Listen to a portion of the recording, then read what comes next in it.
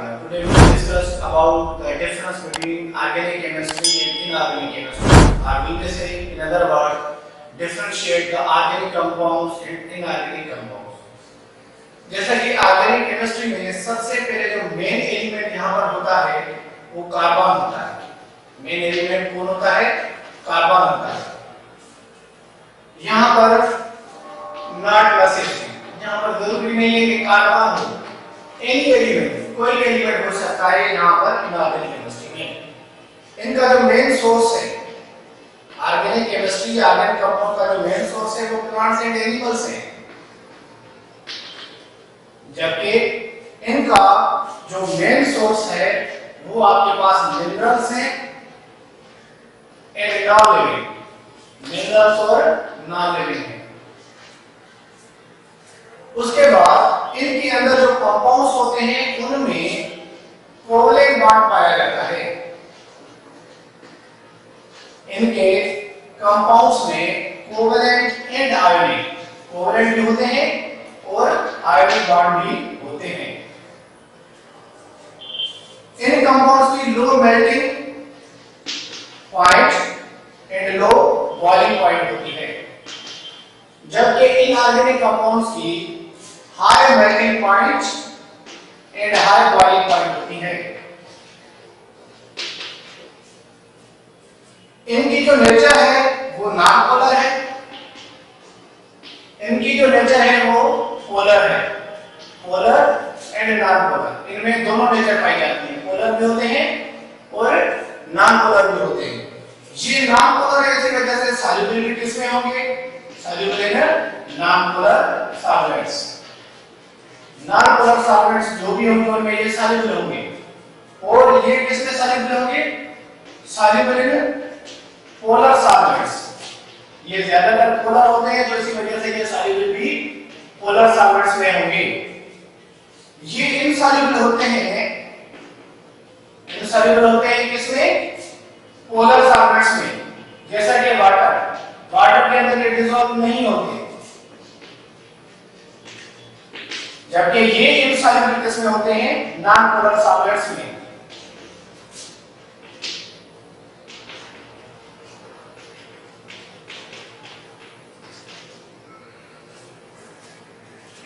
इनमें फ्रेग्रेंस होती है, ऑर्गेनिक केमिस्ट्री के जो भी कंपाउंड्स होते हैं मोस्टली उनमें फ्रेग्रेंस होती है। इनमें नो फ्रेग्रेंस, खुशबू नहीं होती। ये जो होते हैं इनफ्लेमेबल होते हैं, मतलब ये फौरन फायर कैच कर लेते हैं। ये जो होते हैं वो नॉन फ्लेमेबल होते हैं। ऑर्गेनिक केमिस्ट्री के जो कंपाउंड्स होंगे वो कलरलेस होंगे, जबकि इनऑर्गेनिक केमिस्ट्री के जो कंपाउंड्स होंगे वो कलर्ड होंगे। और इनका जो रिएक्शन रेट होता है वो स्लो होता है, रिएक्शन रेट स्लो, और इनका जो रिएक्शन रेट होता है वो फास्ट होता है।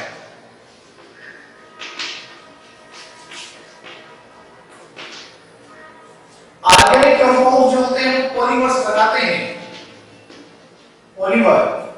ये क्या करते हैं? नो पॉलीमर, ये पॉलीमर नहीं बनाते। ऑर्गेनिक कंपाउंड्स आइसोमेरिज्म सप्लाई करते हैं, ये आइसोमेरिज्म प्रोसेस में होता है, यहां पर नो आइसोमेरिज्म।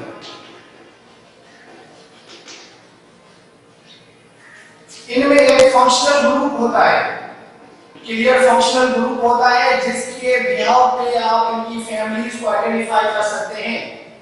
इनमें नो फंक्शनल ग्रुप, इनमें कोई फंक्शनल ग्रुप नहीं होता। इनमें होमोलॉगस सीरीज होती है, होमोलॉगस सीरीज, इनमें नो होमोलॉगस सीरीज।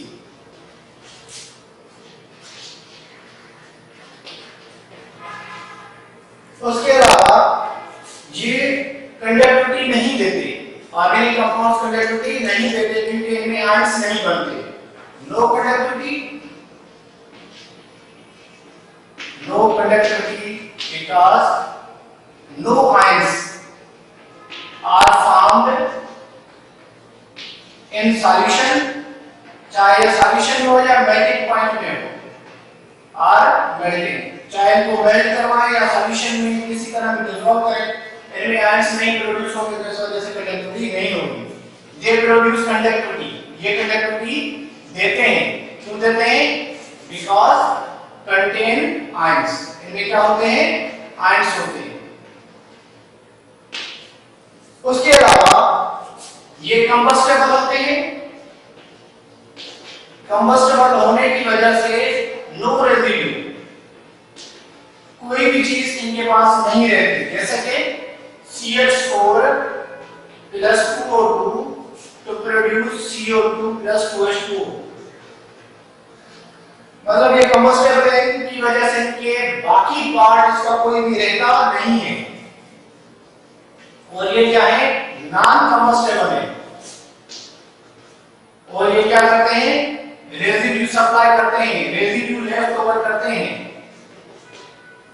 जैसा कि जिंक सल्फाइड प्लस O2, तो क्या हो जाएगा? 2 मोल जिंक ऑक्साइड के और 2 मोल सल्फर ऑक्साइड के बन जाएंगे। तो इसी तरह यहाँ पर ये बेसिस के फॉर्म में आ जाएगा और ये अपने पास कुछ न कुछ रेजिड्यू लेफ्ट करेगा। तो इसी तरह ये ऑर्गेनिक कंपाउंड्स हैं। ऑर्गेनिक कंपाउंड्स में कैटिनेशन प्रॉपर्टी पाई जाती है। कैटिनेशन प्रॉपर्टी है क्या? Self linkage, self linkage between atoms. Carbon atoms में ये एबिलिटी है कि एक carbon at a time 4 different carbon के साथ लिंकेज शो कर सकता है। दूसरी इसमें ये प्रॉपर्टी भी है कि ये मल्टीपल बॉन्ड्स भी बना सकता है। तो इसी तरह ऑर्गेनिक कंपाउंड्स हमें ज्यादा से ज्यादा मिलियंस की तादाद में मिलते हैं due to the property which is known as catenation. जबकि इनऑर्गेनिक केमिस्ट्री में ऐसे कंपाउंड्स, ऐसे एलिमेंट्स नहीं है जो कैटिनेशन प्रॉपर्टी शो करें। उसके अलावा ऑर्गेनिक केमिस्ट्री की हम डेफिनेशन जो पुरानी पढ़ते थे, तो इनका जो मेन सोर्स था वो प्लांट्स एंड एनिमल्स था। ये मैं पहले भी बता चुका हूं, लेकिन इनका जो मेन सोर्स है वो मिनरल्स एंड नॉन लिविंग है। फिर आगे चलकर प्लांट्स और एनिमल की जगह हमने कहा स्टडी ऑफ हाइड्रोकार्बन्स, ऐसे कंपाउंड्स जो हाइड्रोजन और कार्बन के बने हुए हो, हाइड्रोजन और कार्बन के बने हुए हो। लेकिन फिर इसके बाद आगे ये भी हो गया, हाइड्रोकार्बन के साथ हेटेरोएटम्स भी हो सकते हैं। हेटेरोएटम्स ये प्लस कर लें, मतलब हाइड्रोकार्बन के साथ हेटेरोएटम। कौन से हेटेरोएटम्स हो सकते हैं? Nitrogen, oxygen, sulphur, phosphorus, etc। और इनमें हम क्या कहते हैं? एक्सेप्ट हाइड्रोकार्बन, मतलब ऐसे कंपाउंड्स जो हाइड्रोकार्बन्स के अलावा हो, हाइड्रोकार्बन्स के अलावा हो, लेकिन जैसे carbon dioxide, carbon monoxide, carbonate, bicarbonate. अब ये ऐसे कंपाउंड्स हैं जिनमें हाइड्रोजन भी है और कार्बन भी है। तो ये क्यों नहीं ऑर्गेनिक में आ जाते? ये क्यों इसमें आ रहे हैं अपने पास इनऑर्गेनिक केमिस्ट्री में? क्योंकि इनके पास कोई भी क्लियर फंक्शनल ग्रुप नहीं है, इनका कोई फैमिली बैकग्राउंड शो नहीं होगा, और इनमें जो भी कंपाउंड्स होंगे इनका कोई क्लियर फंक्शनल ग्रुप होगा।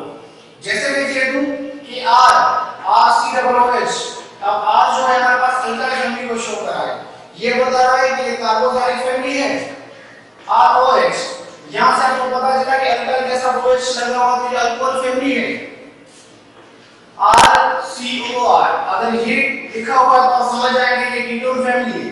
तो यहाँ पर ऐसे कंपाउंड्स हैं जिनके पास क्लियर फंक्शनल ग्रुप्स नहीं है, इवन मदर के साथ हाइड्रोजन हो, कार्बन हो, वो इनऑर्गेनिक केमिस्ट्री में आ जाते हैं। जिनके पास क्लियर फंक्शनल ग्रुप्स होंगे वो ऑर्गेनिक कंपाउंड्स में आ जाते हैं, मतलब ऑर्गेनिक केमिस्ट्री में आ जाते हैं। Thank you so much for joining us. अगर आपको ये लेक्चर मेरा अच्छा लगा तो अपने दोस्तों को भी शेयर करें, कमेंट्स बॉक्स में कमेंट करें, तो मैं इसको बेहतर से बेहतर बना सकूं और मेरा चैनल सब्सक्राइब करें। Thank you so much.